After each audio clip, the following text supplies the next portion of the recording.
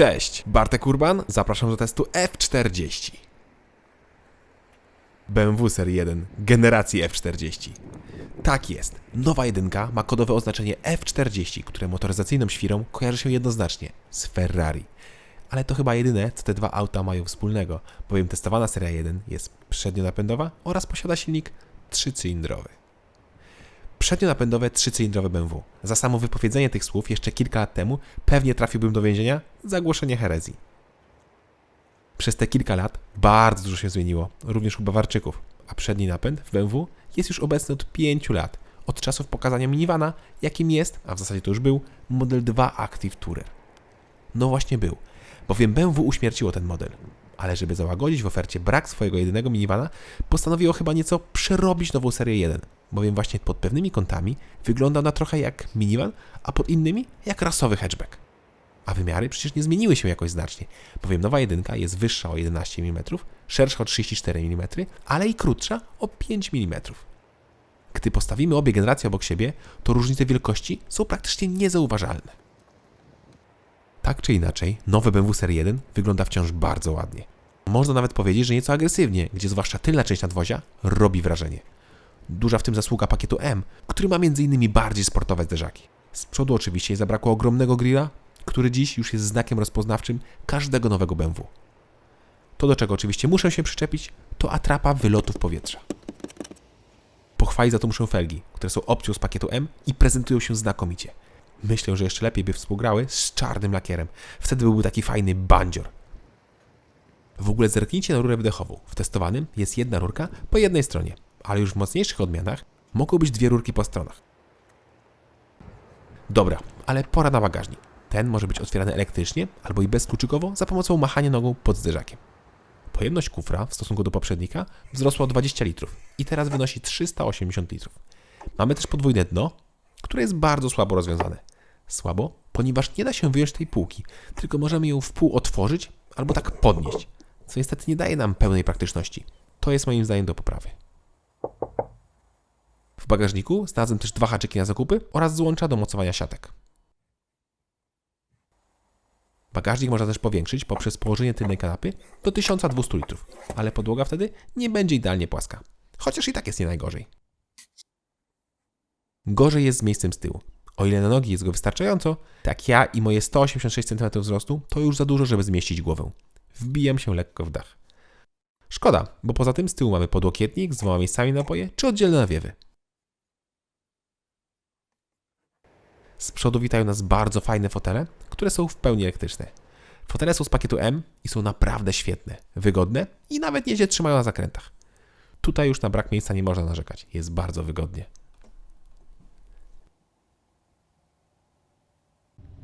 Deska rozdzielcza również przeszła sporą zmianę w porównaniu do poprzednika, chociaż układ jest bardzo podobny.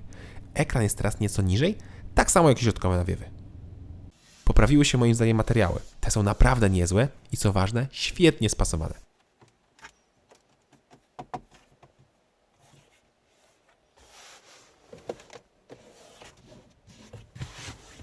Oczywiście plastiki Piano Black wciąż się rysują oraz strasznie palcują. Wciąż czekam na taki błyszczący materiał, który się nie będzie palcował. To, co też mi się spodobało, to podświetlenie nastrojowe, które nie świeci spod listwy, tylko to właśnie listwa od środka świeci. No świetny efekt. W sumie mamy też logotyp BMW wyświetlany na ziemi, jak odregulujemy samochód. A właśnie, nie mówiłem o tym, że nowe BMW Serii 1 ma taki sam patent jak Renault z otwieraniem. To znaczy, że jak jesteśmy bardzo blisko, to auto samo się otwiera. Nie musimy nic naciskać. A jak się oddalamy, to też samo się zamyka i tutaj też nic nie naciskamy. Bardzo wygodne. Oczywiście musimy mieć system bezkluczykowy. Nowe BMW Serii 1 może też mieć dwa ekrany. Jeden z nich to system multimedialny, który teraz posiada iDrive 7 generacji, który jest początkowo naprawdę skomplikowany.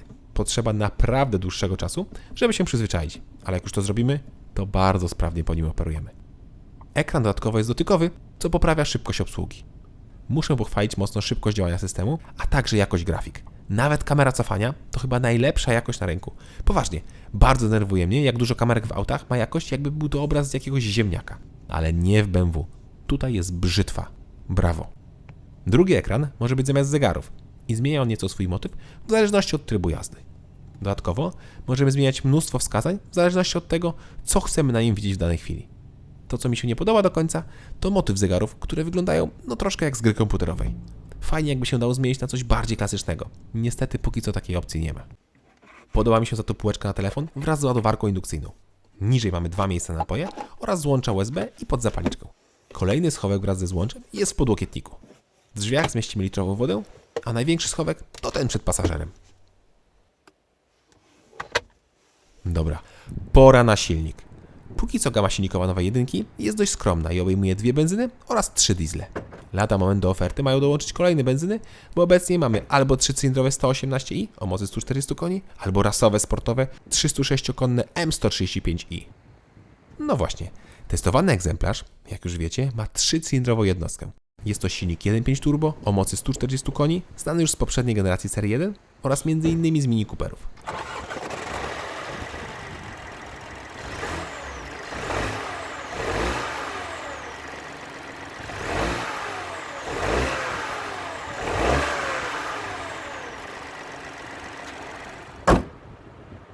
Jak przystało na 3-cylindrowe jednostki, ma ona charakterystyczną kulturę pracy, która przekłada się na warkot z rury wdechowej.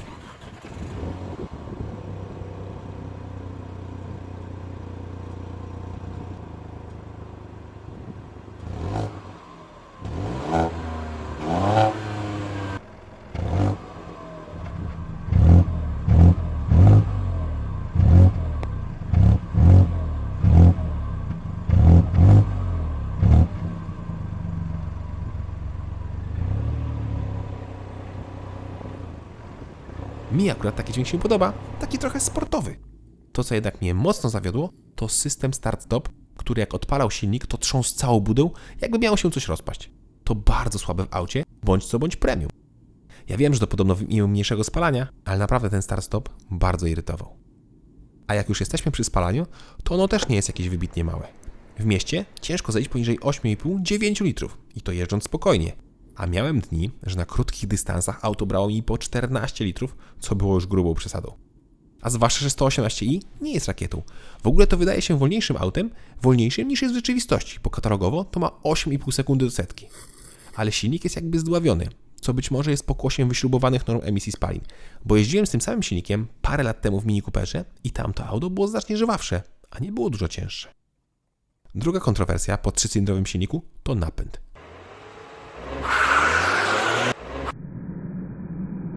Nowa jednostka ma napęd na przód lub na 4 koła. To jednak nie jest nowość BMW, bowiem napęd na przód pojawił się po raz pierwszy w 2014 roku w BMW Serii 2 Active Tourer. O tym zresztą już mówiłem. A teraz dotarł również do Serii 1 i powiem szczerze, że zwykły kierowca tego nie odczuje. Poważnie, Seria 1 wciąż prowadzi się pewnie i dobrze, a rodzaj napędu wyczują doświadczeni kierowcy. I nie mówię tutaj oczywiście o agresywnym starcie, bo wtedy oczywiste jest, że czuć, że przód tam się ślizga, a nie tył. Swoją drogą, wchodząc szybko w zakręt przy dohamowaniu i wyłączonych asystentach, nowa jedynka wciąż jest nadsterowna, co akurat jest dużym plusem. W opcji jest też napęd na 4 koła, ale w tym momencie dostępny tylko dla najmocniejszej benzyny oraz najmocniejszego diesla. Testowany egzemplarz był wyposażony w opcjonalną automatyczną przekładnię, którą muszę pochwalić. Działała bardzo płynnie, a w trybie sport nawet tak lekko kopała w plecy przy każdej zmianie. Swoją drogą ciekawe jest, że ustawiając auto w tryb sport, trzeba jeszcze dodatkowo ustawić skrzynię w sport. Moim zdaniem to powinno iść w parze. Kolejna rzecz, jaką zaobserwowałem, to hamulce, które działają bardzo dobrze, ale pedał łapie bardzo nisko. Trzeba się do tego przyzwyczaić, bo na przykład moje pierwsze hamowania były mega ostre w końcowej fazie. Nie mogłem za to narzekać na zawieszenie. To taki idealny kompromis pomiędzy komfortem a sztywnością. Czuć, że BMW wciąż kocha zakręty. Przed podsumowaniem pora na cennik. Nowy BMW Serii 1 w tym momencie startuje od 105 900 zł za właśnie odmianę 118i. Kolejna benzyna to już wydatek 192 900 zł. Ale tak jak mówiłem, jest to wersja M135i, czyli sportowy hot hatch o mocy 306 koni. Najsłabszy diesel 116D kosztuje 113 500 zł za silnik 1.5 3-cylindrowy o mocy 116 koni. Mocniejszy diesel, 2-litrowy o mocy 150 koni, to wydatek 123 400 zł, a 190-konny diesel 120D kosztuje 146 800 zł. Najmocniejszy diesel i benzyna mają w standardzie napęd na wszystkie koła. konkurencja kosztuje bardzo podobnie i nawet jeśli cena początkowa jest minimalnie niższa, to moc jest nieco mniejsza albo inne wyposażenie. Tak czy inaczej, w tej klasie jest drogo, ale przecież to klasa premium. Czy nowa seria 1 generacji F40 to wciąż BMW? Oczywiście, bez dwóch zdań. To bardzo dopracowany samochód, w którym akurat moim zdaniem napęd nie ma znaczenia. A przynajmniej nie ma dla 90% klientów. Nowa 1 to mały kompakt, idealny do miasta, w którym podobno i tak większość właścicieli poprzedniej generacji myślała, że mają napęd naprzód. A nowa 1 wciąż bardzo dobrze jeździ i jest dodatkowo lepiej wykonana, może być jeszcze lepiej wyposażona i jest nieco przestronniejsza. Jeśli jednak coś miałbym zasugerować, to polecam wybrać jakąś większą jednostkę, bo ze 118i 1 nieco się męczy i wcale nie jest taka ekonomiczna.